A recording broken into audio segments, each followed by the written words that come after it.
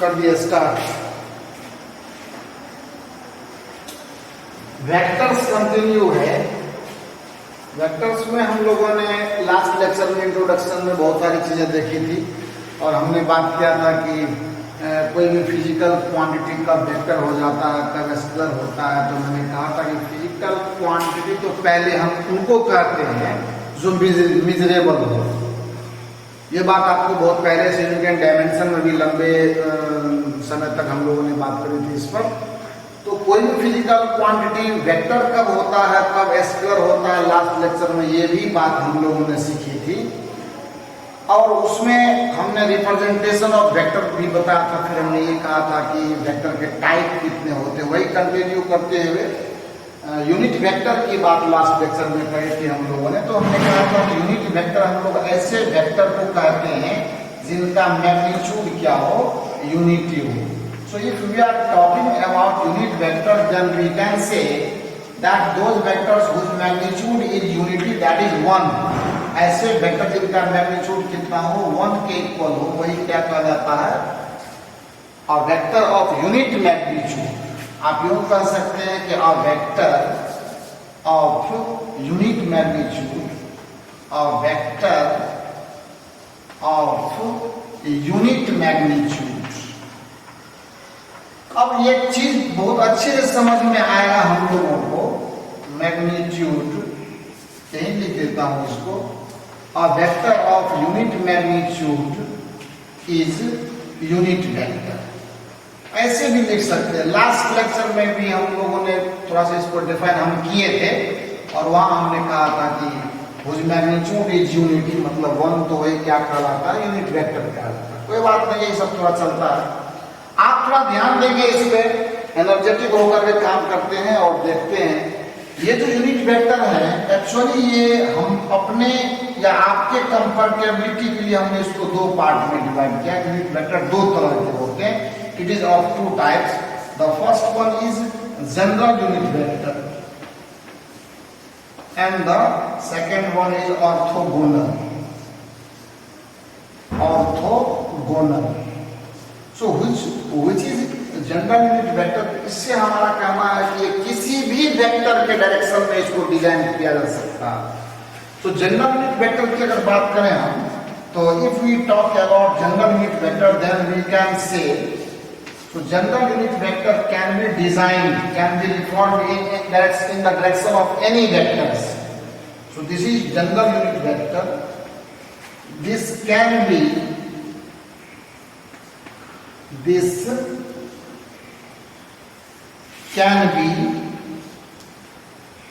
found in the direction of any non-zero vectors. Any non-zero vectors, किसी भी non zero vectors की direction में इसको डिजाइन कर सकते हैं लोग। For example, if we have a given vector A vector, given vector, suppose we write a vector, then in the direction of this vector, then this is the definition we can say and no problem. इसको हम लोग कहते हैं then A cap, this represent the unit vector in the direction of A vector, should be A vector and divided by modulus of A vector. So this is the modulus, means उस vector के magnitude में हमने उस vector में उस खुद के magnitude से हमने डिवाइड किया, तो रिजल्टेंट के तौर पर हमें जो उस वेक्टर का मैग्नीट्यूड आएगा वो तो 1 ही आएगा and direction of this vector जो है वो ऑक्युपाई करके, एक्वायर करके, और वो यूनिट वेक्टर उसी वेक्टर के डायरेक्शन में डिक्लेयर कर देगा। सो this is the general unit vector and can be found in the direction of any vectors. Okay, and the second one is orthogonal. इस पर इसका बहुत बड़ा काम भी करेंगे हम लोग। अभी तो बाकी वेक्टर्स के कुछ भी डिनोशन आपको नहीं आया, इसलिए कोई थोड़ी सी परेशान होने की जरूरत नहीं है। Orthogonal, let us see, this is important one, orthogonal unit vector. Orthogonal vector आप समझ करके यहां से 2-3 बातें भी हम लोग सीखेंगे, थोड़ा सा ध्यान देना है। कहते हैं those unit vectors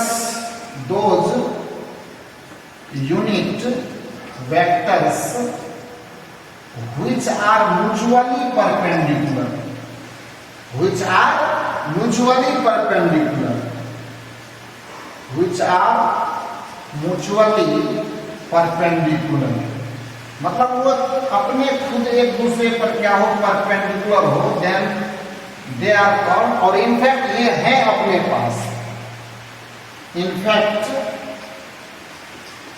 I vector को ही एंड जे वेक्टर जो हमने बात करी है एंड के वेक्टर, जो ये तीनों आप पहले से भी जानते हैं, are such type of vector, such unit vectors.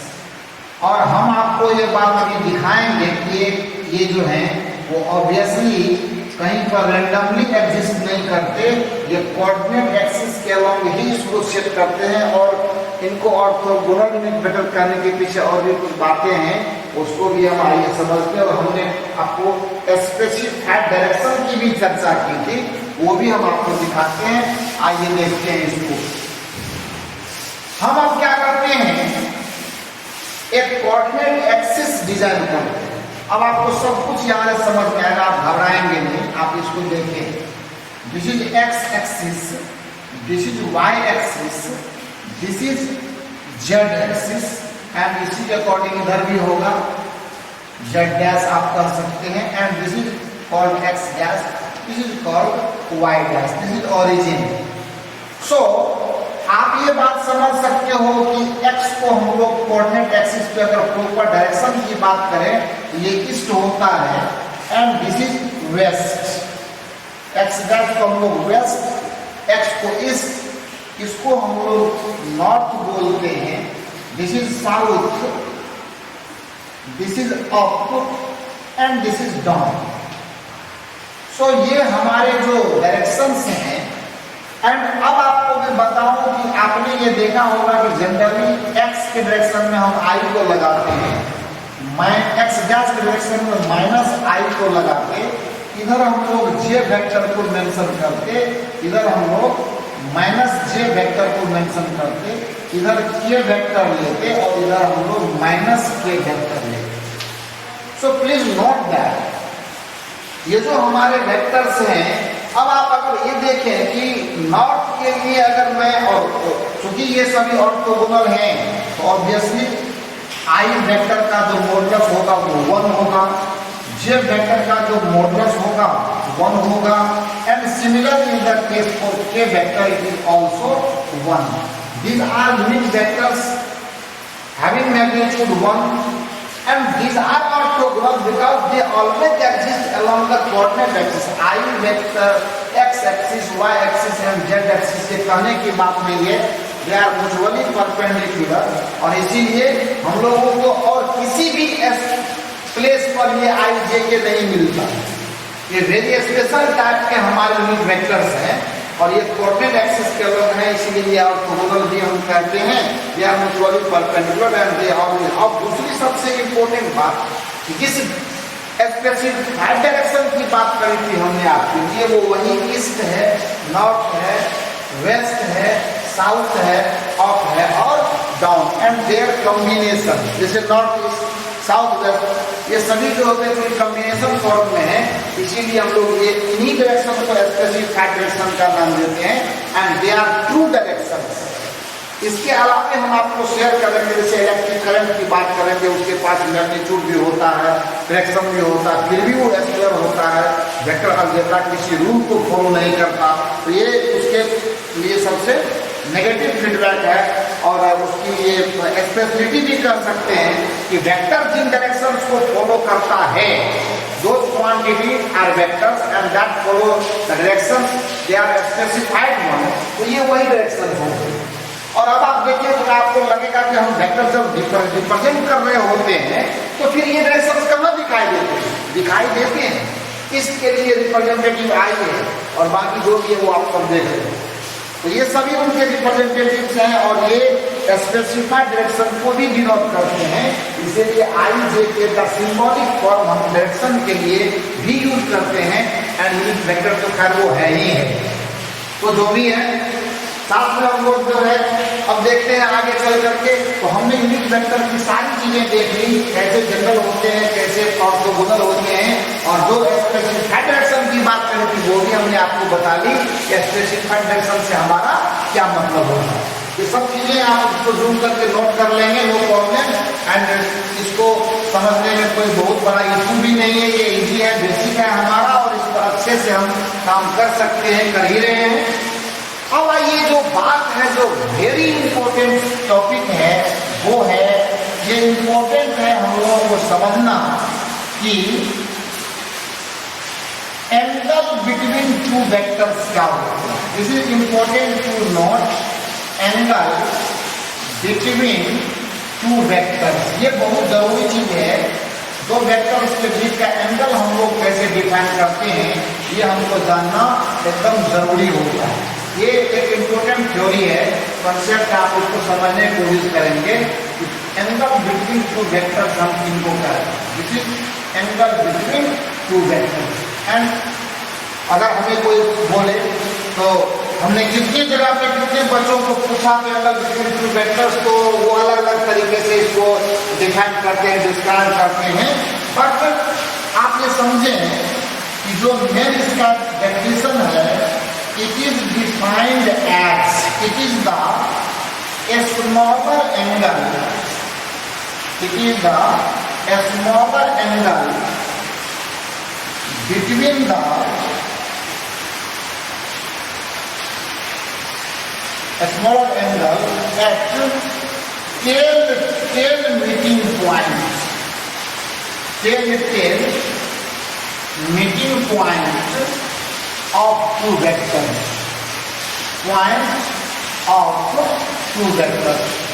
Please note that दो वेक्टर के टेल मीटिंग पॉइंट पर, now let us see, this is vector OA and this is vector OB, this is vector OB, then at this is tail meeting point, common tail position यही है हमारा।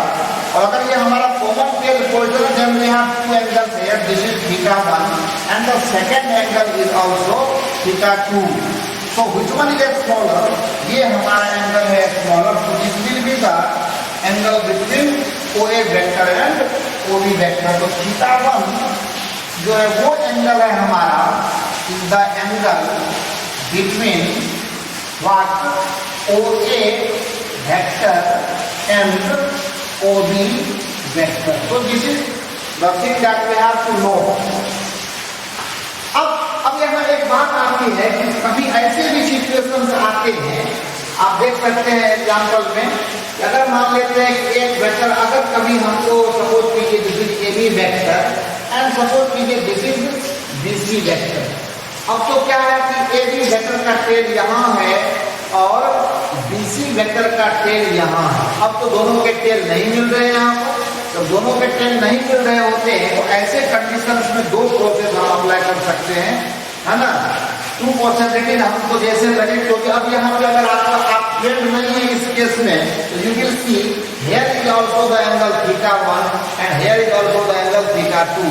And one thing, अगर आपके पास real concept नहीं है तो you will say that this is the smaller one and this is the angle between AB vector and BC vector, but this is wrong concept. And हम जब इसको बताएंगे तो आप देखेंगे कि न तो θ1 और न ही θ2, इन दोनों में से कोई भी हमारे इस दोनों वेक्टर के बीच एंगल नहीं है। क्योंकि हमारी थ्योरी करती है कि पहले तो टेल आप देखो, अगर मिल रहा है तो उसका स्मॉल एंगल जज करो, अगर टेल नहीं मिल रहा है तो इस कंडीशन में दो बातें होती हैं। आइदर देन, मैं बताऊं आपको, then either produce the directions of both vector, produce the directions of both vectors, दोनों के डायरेक्शन को प्रोड्यूस कर दीजिए, डायरेक्शंस ऑफ बोथ वेक्टर्स, उसके सेंस पर जाइए आप, दोनों वेक्टर के डायरेक्शन के सेंस बदलिए, मतलब कहने का कि इसका प्रोग्रेस इधर जा रहा है, इसका इधर जा रहा है। और तब क्या कीजिए, दोनों में आप यहाँ मैं नहीं कहूँ, मैं थोड़ा इधर कर देता हूँ। मैं एक वेक्टर मैंने ये था ना हमारा, वहां पर वो थोड़ा सा गैदरिंग हो जाएगा, इसीलिए मैं इसको अलग में कर रहा हूँ। This is A B and this is B C. And हमने कहा कि अगर हमारा टेल कॉमन नहीं है, then what we have to do, इसके क्या करते हैं, डायरेक्शन को ऐसे आप प्रोड्यूस कर दीजिए, इसका डायरेक्शन प्रोड्यूस कर दिया, and we will be having theta 1 smaller and thereafter we will be having theta 2 larger. अब यहाँ पर आप देखिए कि ये स्मॉलर एंगल आपको दिखा, तो ये theta 1 is the angle between two vector. तो theta 1 is the angle between A B vector and B C vector. ये तो एक बात हो गई। अगर सपोज कीजिए मैं ऐसे करने में सक्सेस कर जाऊं तो सो वेल सो गुड है। अगर मैं ऐसा नहीं करता तो please do it and right now, आप इसको कर लेंगे, कोई दिक्कत वाली बात नहीं है। अब आपको दिखाता हूं इसका दूसरा तरीका। How we have the second option. Second option, और या तो आप वैसे चले जाएं या आप क्या करें, shift the vector, shift the either vector. दोनों में से किसी एक को ही करना पड़ेगा, आइदर वेक्टर, और दोनों में से किसी एक वेक्टर को शिफ्ट करके to meet their tails, to meet, इनके टेल को मिलाने के लिए हमें क्या करना होगा, शिफ्ट करना होगा। तो मैं क्या करता हूं, यहां पर देखिए सपोज करते हैं यही हमारा ए बी वेक्टर था, the situation will change now and this is हमारा क्या था, बी सी वेक्टर था। हम क्या करते, इसको शिफ्ट कर देते। हमने क्या किया, ए बी वेक्टर को मैंने वहीं रखा, हमने बी सी को शिफ्ट किया। शिफ्ट करने के तरीके कि वेक्टर को उसके पैरेलल डायरेक्शन में या उसके विपरीत डायरेक्शन में शिफ्ट करेंगे, वो चेंज नहीं करता है। तो मैं इसको यहां से लाऊं, this will be the what A B. अब यहां से शिफ्ट होकर के ये कहां आ गया, यहां आ गया। अब देखेंगे कि यहाँ पर क्या होगा, वो जो बी पॉइंट था वो यहाँ आकर के मिल गया और सी यहाँ हमारा है। अब देखें कि दोनों वेक्टर के टेल यहाँ मिल गए। अब यहाँ ये वेक्टर नहीं रहा बल्कि शिफ्ट होकर कहाँ आ गया, यहाँ आ गया। And now here is the angle theta 1, this is smaller 1, and here is the angle theta 2, this is larger 1। तो जो स्मॉलर है वही हमारे वेक्टर के बीच का एंगल है। तो थीटा 1 इज द, ये इसलिए जरूरी है कि कोई भी काम आगे चल करके any operation we will do, angle between two vectors के हमें जरूरत पड़ेगी। एडिशन में जाएंगे, उसके मैग्नीट्यूड पर आएंगे, फिर प्रोडक्ट्स में जाएंगे, कहीं पर भी जाएंगे, रिजोल्यूशन में जाएंगे, सब जगह पे वेक्टर्स के एंगल की हमें जरूरत होती है। Theta is the angle between A B vector and B C vector. So ये एक प्रोसेस हो गया। अगर मान लो मैंने क्या किया, इसको अपनी जगह रखा, तो हम इसको भी तो शिफ्ट कर सकते हैं। यहाँ पे बीसी को पैरेलल डायरेक्शन में मैंने शिफ्ट किया, अभी क्या होगा, ए बी को हम उसी डायरेक्शन में शिफ्ट कर देंगे तो भी हमारा काम चल जाएगा। बस टारगेट है टेल को मिलाना।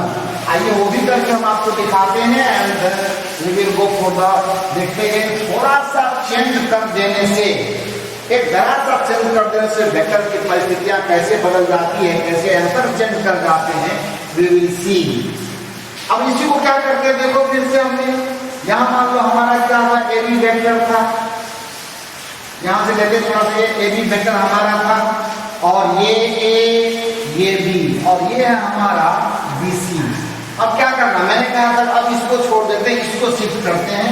तो we will produce this vector like, अब ए यहाँ आ गया और बी अब यहाँ नहीं रहा, ये बी शिफ्ट हो गया, कहाँ आ गया, यहाँ आ गया।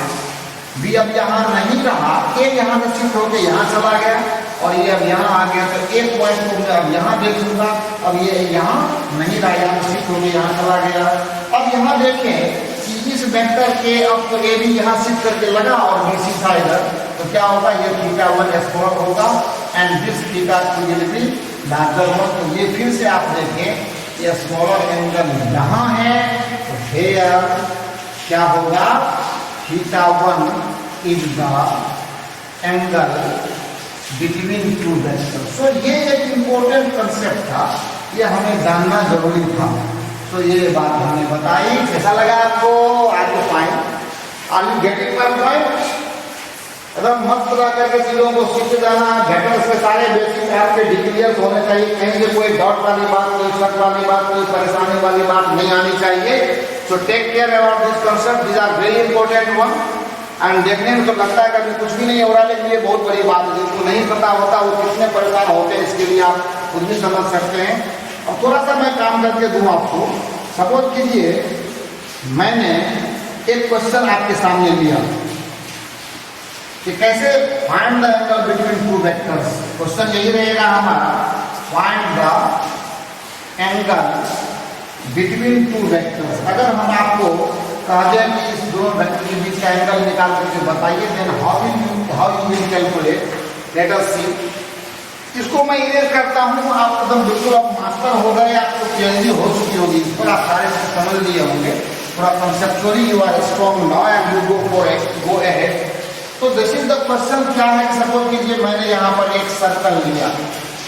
पता ही है अगर सर्कल है तो सर्कल का क्या होगा, यहाँ पे एक टेंजेंट यहाँ से ड्रॉ किया मैंने और एक टेंजेंट यहाँ से ड्रॉ किया मैंने। Now this is normal one, no doubt. आपको पता है, ये सब चीज आपको पता ही है। ये ओ हो गया, इसको मैंने ए कहा, इसको मैंने बी कहा, इसको मैंने सी कहा। यहाँ से मैं एक एरो यहाँ लेता हूँ। This angle is suppose to be 120 degree. This is suppose to be 120 degree. And obviously ये तो परपेंडिकुलर होंगे, आपको ये पता ही है।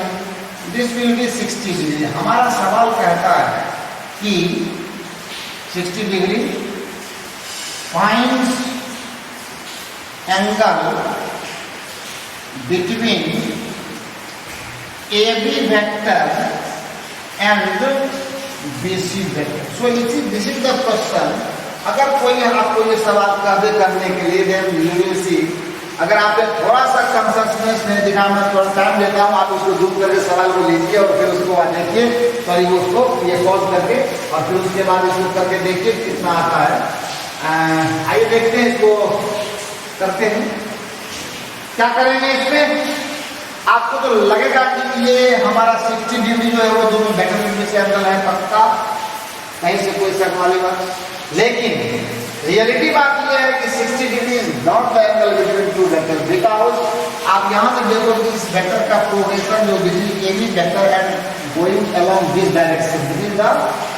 अब यहाँ पे टेंशन में आने की उतनी जरूरत नहीं, इसीलिए मैंने अल्टरनेटिव व्यवस्था दी है आपको।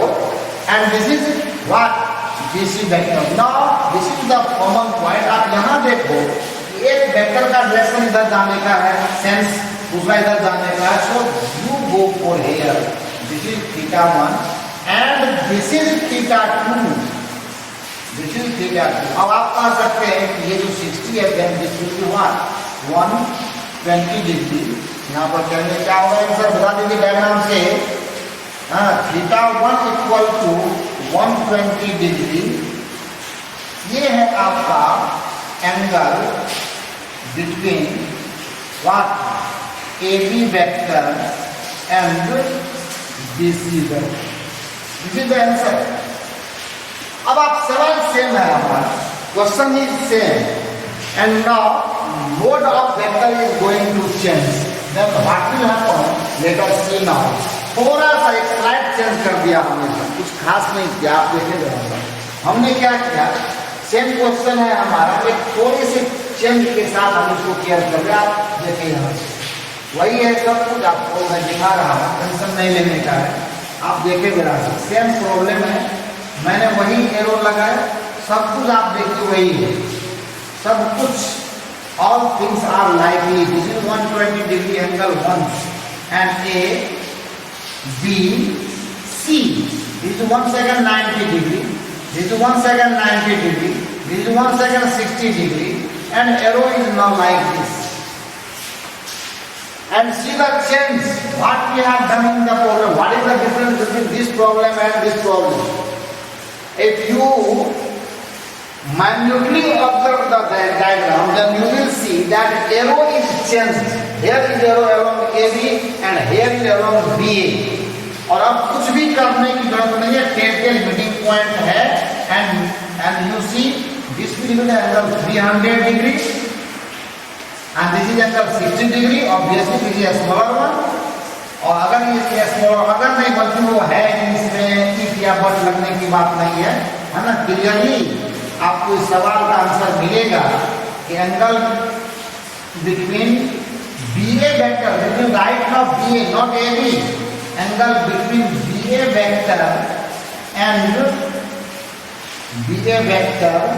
And BC vector equal to what? This is 60 degree and this is the answer. So take care about the concepts, be alert. कभी भी लाइटली इन चीजों को नहीं लेने का है। आपने इसको आई थिंक आपने कर ही लिया होगा, और आपने किया नहीं तो हमने सिखा तो दिया है ना। आप इसको पॉज करके अपना स्टडी करेंगे। अब बातें हैं कुछ होमवर्क भी डालते हैं आपके लिए। सपोज कीजिए just I consider a regular hexagon and when we consider a regular hexagon, SW match करके रखेंगे इसको। होमवर्क में कुछ ले लीजिए, जब होमवर्क नहीं होगा काम करने का कुछ मजा नहीं आता। So let us go for a side homework.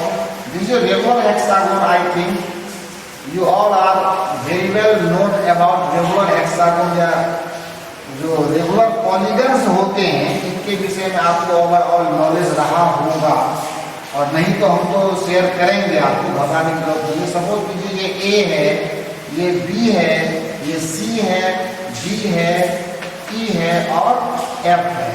हमने यहाँ से स्टार्ट लिया AB एंड B से BC, CD, DE, EF and then यहाँ मैंने इसको AF कर दिया।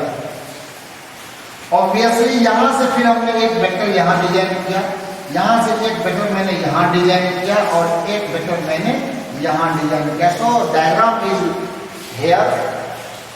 Suppose this angle 30 degree, this angle 30 degree, this angle 30 degree and this angle 30 degree. आपकी जानकारी के लिए मैं बता दूं, ये ओवरऑल एंगल होते हैं सभी इंटरनल। ये रेगुलर हेक्सागोन है। क्वेश्चन है in the diagram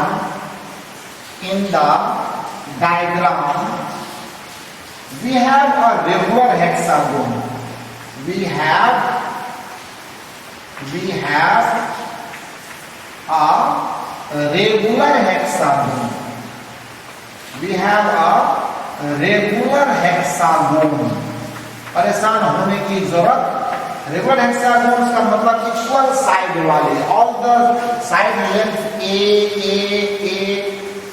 regular hexagon का एक मतलब ही होता है all the sides of a polygon of 6 sides are equal, then it is called regular hexagon. This is the theoretical side.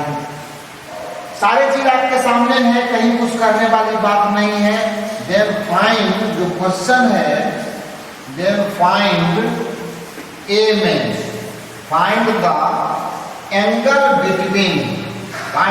angle between, एक number लेता हूं, this is the first number, AB vector and BC vector, this is the first question. उसके बाद second में लेता हूं AB vector and AC vector, AB vector and वो तो ऑलरेडी दिख ही रहा है, तो बात नहीं एक्चुअली।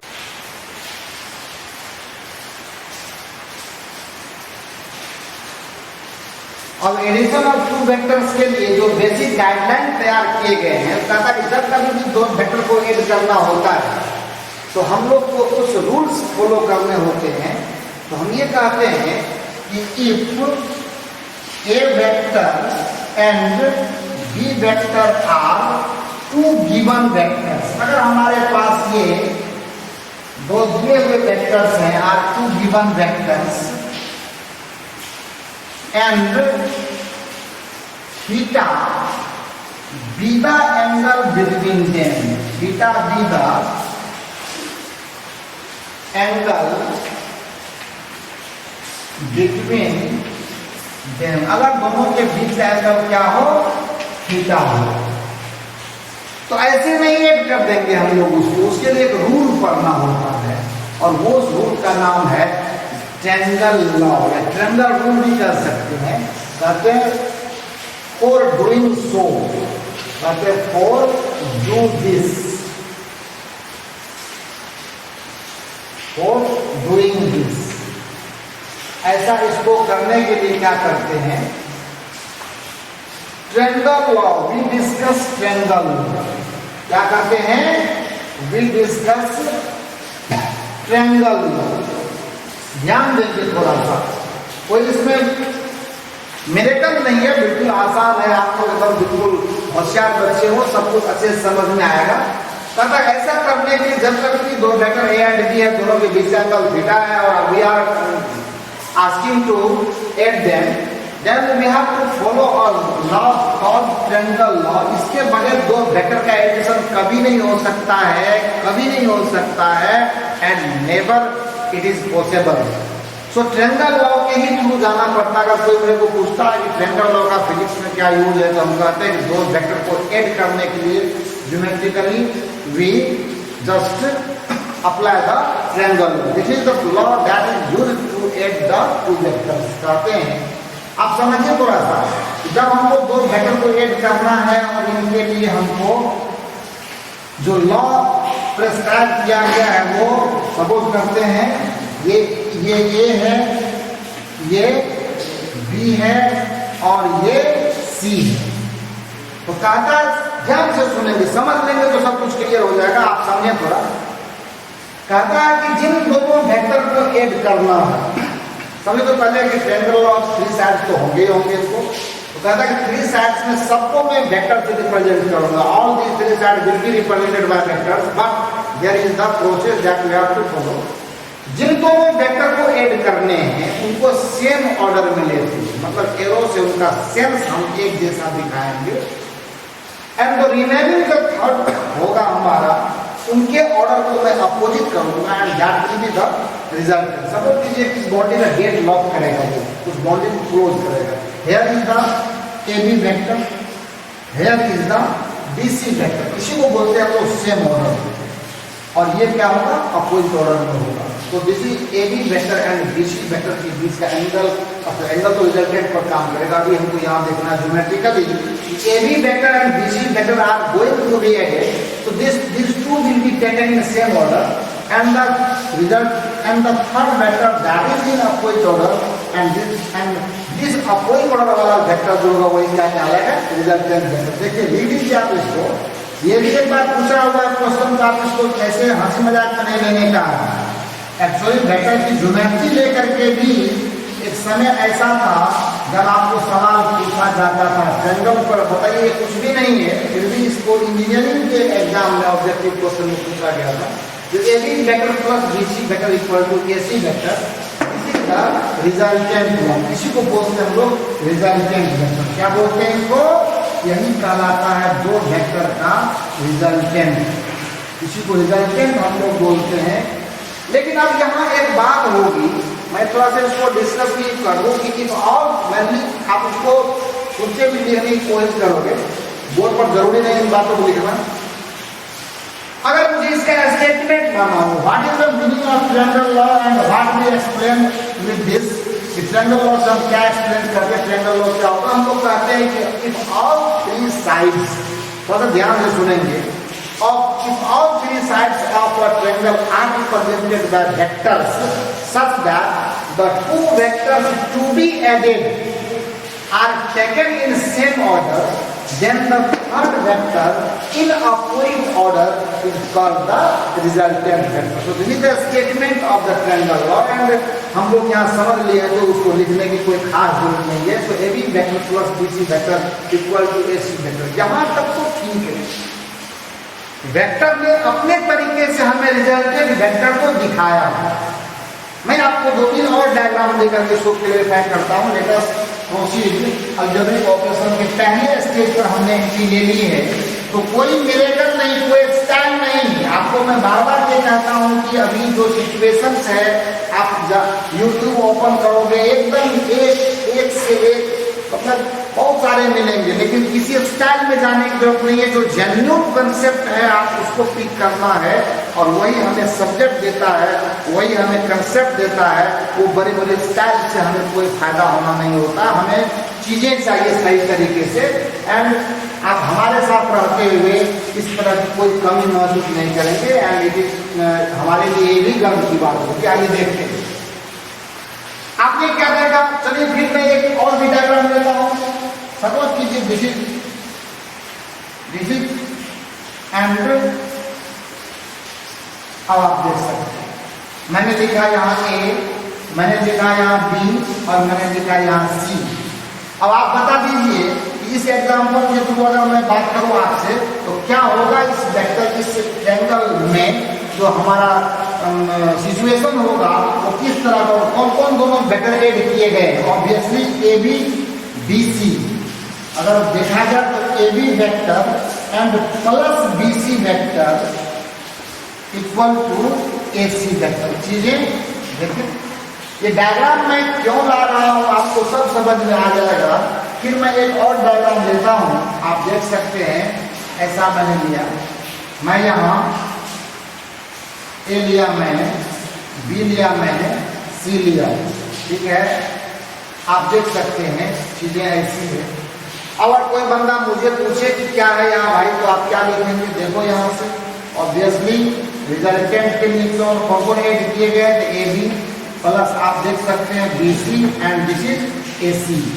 सब कुछ क्लियर है आपके सामने। आई थिंक कि आप इसमें मास्टर माइंड हो गए होंगे और ज़रा दिमाग खर्च करने की जरूरत नहीं है। ऐसा मैंने क्यों लाया। अब हमने रिजल्टेंट वेक्टर को देखा, यहाँ पर रिजल्टेंट हमारा ये है, नो प्रॉब्लम। यहाँ रिजल्टेंट हमारा ये है, यहाँ रिजल्टेंट हमारा ये वेक्टर है।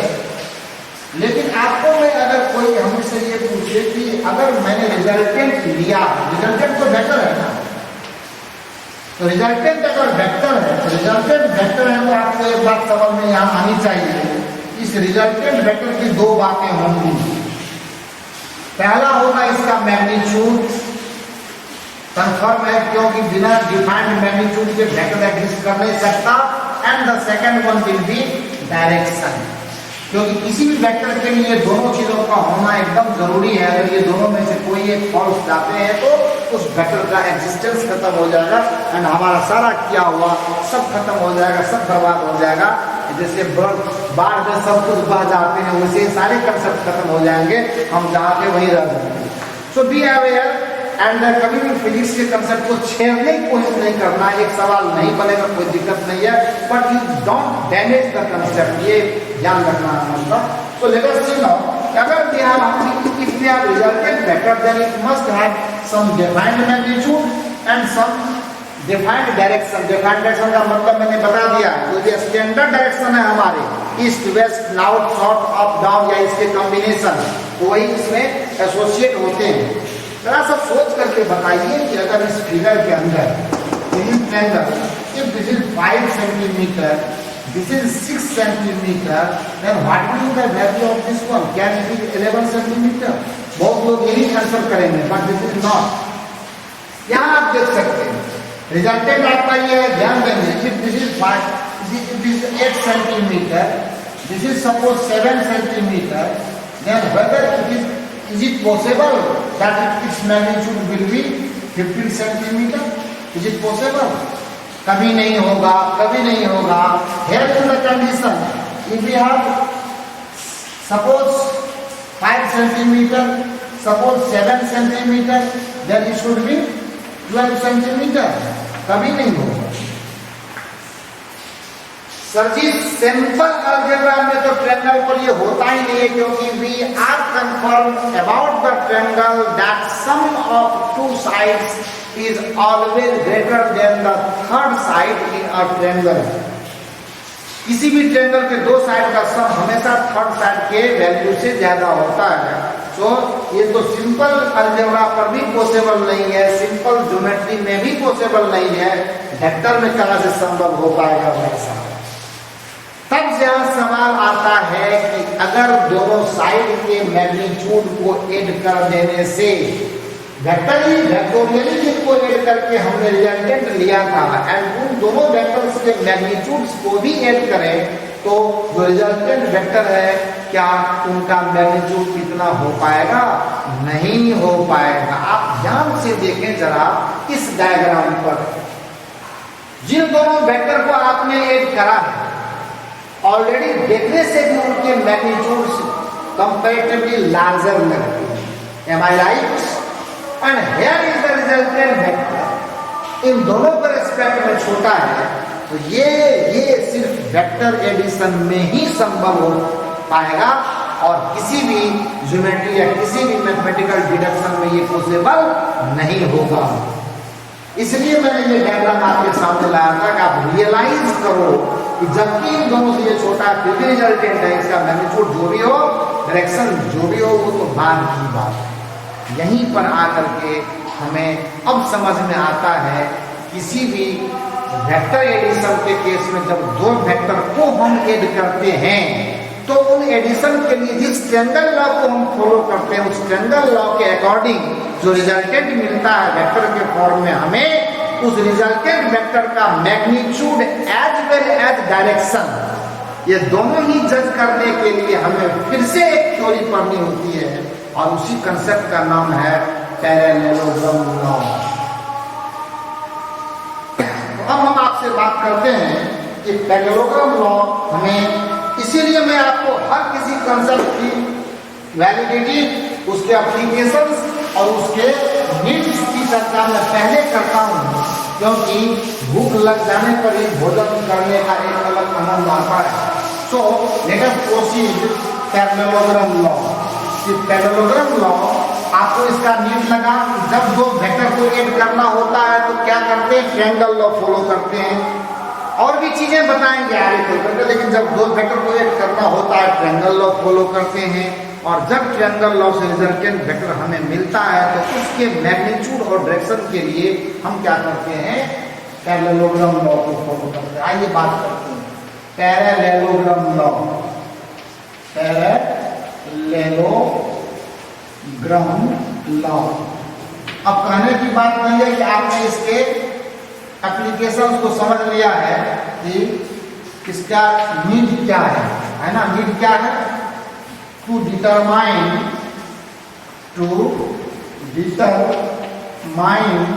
The magnitude and direction, the magnitude and direction of resultant vector, resultant vectors of two vectors, ये इसका नीड है। अब जैसे सपोज करते हैं कि हमारे पास, मैं इधर फ्रेश में डायग्राम में सपोज कीजिए कि अब काम पर बढ़ते आगे, सपोज कीजिए कि वो ए वेक्टर है आप उनका एंड ये हमारा ओ बी वेक्टर है। This is OB vector, I think this is A vector and this is B vector, OB vector. Now, दोनों के बीच का एंगल थीटा लिया मैंने। थ्योरी कहता है कि जब आपने पैरेललोग्राम लॉ को पढ़ना शुरू किया, सो आप क्या करो, ऑब्वियसली आपके डायग्राम में इन दोनों वेक्टर को एडजेसेंट मानते हुए just you design you form of parallelogram. क्या करना होगा? यहां से इसके पैरेलल उठा लीजिए एंड यहां से इसके पैरेलल उठा लीजिए एंड दोनों को आप मिला देंगे। जब दोनों को आप मिला देंगे तो आपने देखना है कि यहाँ पर खुद एक पैरेललोग्राम बन करके सामने आ गया। कोई शक वाली बात नहीं है, हमने यहाँ से OB के पैरेलल यहाँ से AC वेक्टर डिजाइन किया और OA के पैरेलल हमने BC वेक्टर लिया, तो क्लियर है ये भी A होगा और ये भी है तो ये भी B होगा। और जब मैं इसको आगे प्रोड्यूस कर दूं तो ये भी एंगल थीटा होगा, उसमें कोई कहीं से भी कोई डॉट नहीं है। अब आपको सबसे पहले वो रिजल्टेंट वेक्टर खोज कर निकालना है जो A और B वेक्टर को ऐड करने से मिला होगा। मैं यहां लिख देता हूं, लेट ए वेक्टर एन, ये तो आपने देखा कि हमारा नीड था। अब यहाँ से एग्जाम्पल में चलते हैं, इसका हम मतलब ये एक्सप्लेनेशन लिखेंगे। A vector and B vector are two vectors and theta be the angle between them, theta be the angle between them, उनके बीच का एंगल थीटा है। बस अब कुछ करना नहीं, आप देखो यहाँ से we just form a parallelogram, जगह है तो आप लिख देता हूँ जस्ट फॉर्म अ पैरेललोग्राम, बना दीजिए, जगह है तो इसी मैं लिख देता हूँ, ऐसे जरूरी नहीं है, आप खूब समझदार है। पैरेललोग्राम, ले लो क्या लिखा मैंने, पैरेललोग्राम,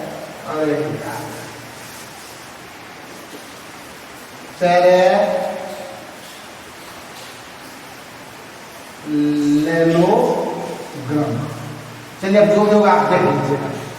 अब मैं यहाँ से क्या करूँगा, परपेंडिकुलर, ये मैंने पैरेललोग्राम बनाया, इसको प्रोड्यूस करना है। यहाँ से हम क्या करते हैं, एक परपेंडिकुलर ड्रॉ कर देते हैं डी। अब थोड़ी ज्योमेट्री भी देखिए, पहले तो हम आपको रिजल्टेंट खींच लें, यहाँ से देखिए, यहाँ से मैं इसको मिला दूंगा। ऑब्वियसली जो ये वेक्टर हमको आर दिख रहा है वही रिजल्टेंट वेक्टर, देखिए फॉलो हो गए।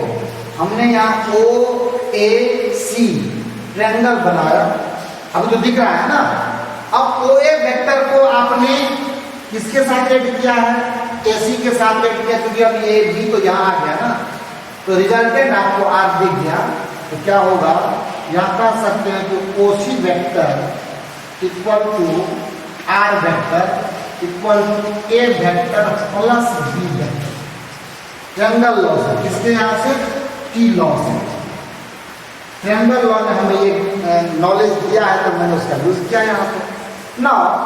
अब इसमें हमें कुछ एक्टिविटीज करनी पड़ते हैं। अब ज्योमेट्री से थोड़ा काम करेंगे, हमें इस आर का मैग्नीट्यूड चाहिए होगा।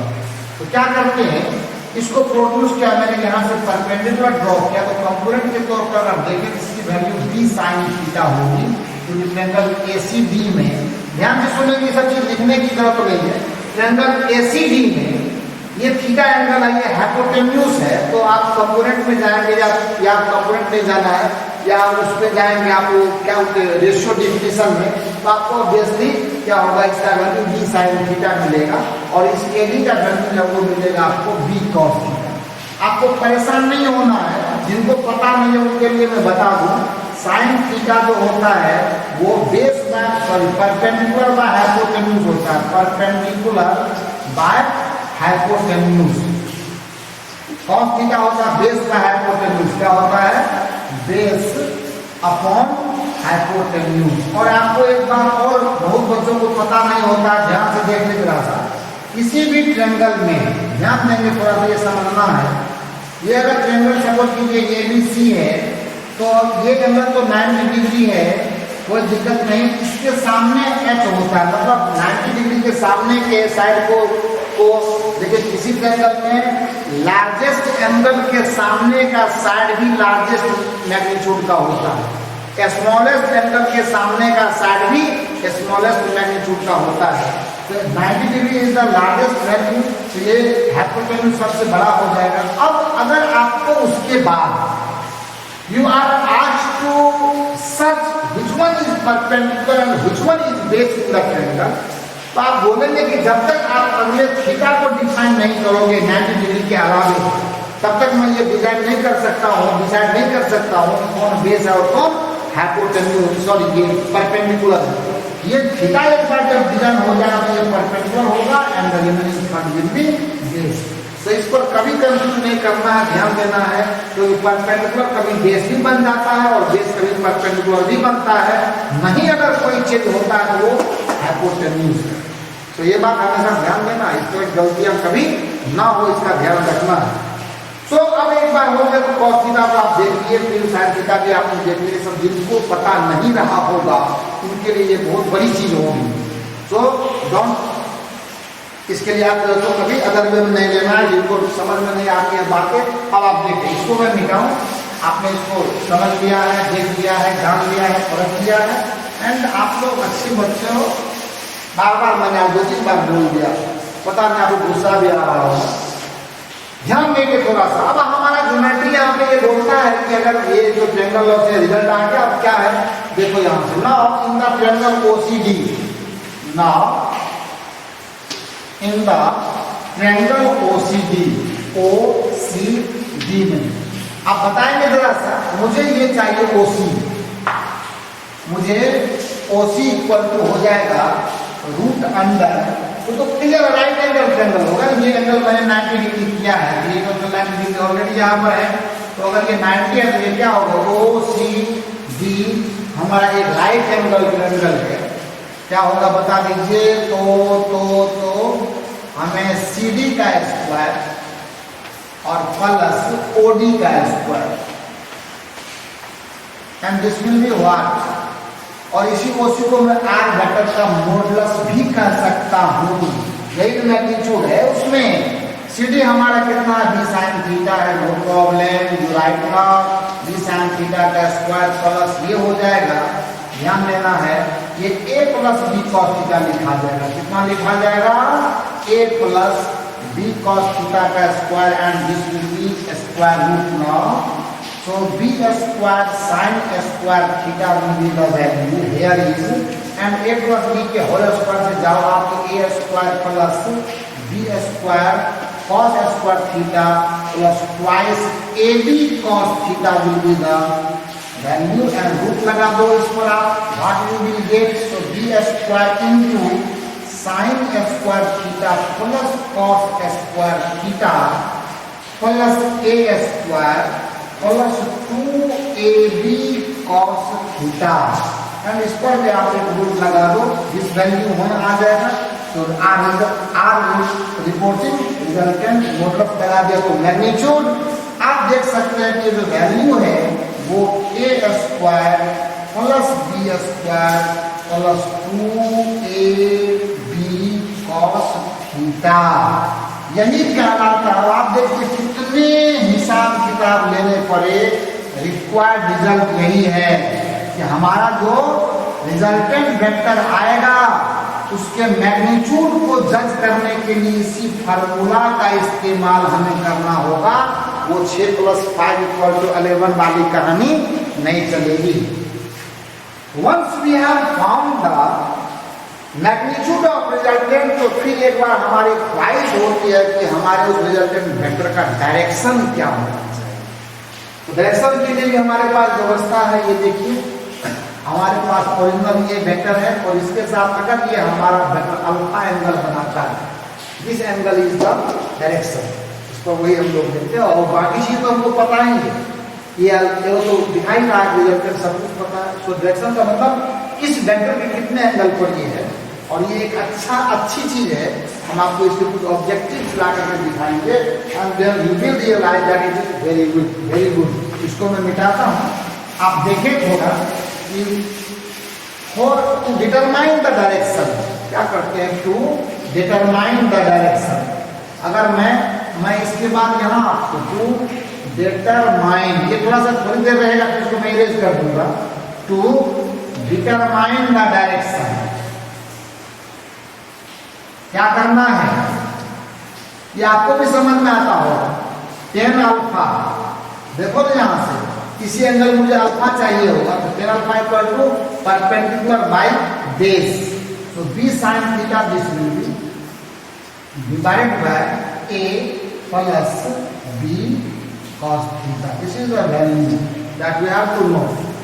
और एक्चुअली इसके मॉडुलस वैल्यू हम लोग जाते हैं और कोशिश करते हैं कि जहाँ तक वो सेटल हो जाए। तो अगर अल्फा चाहिए होता तो इसमें tan इनवर्स चले जाइए,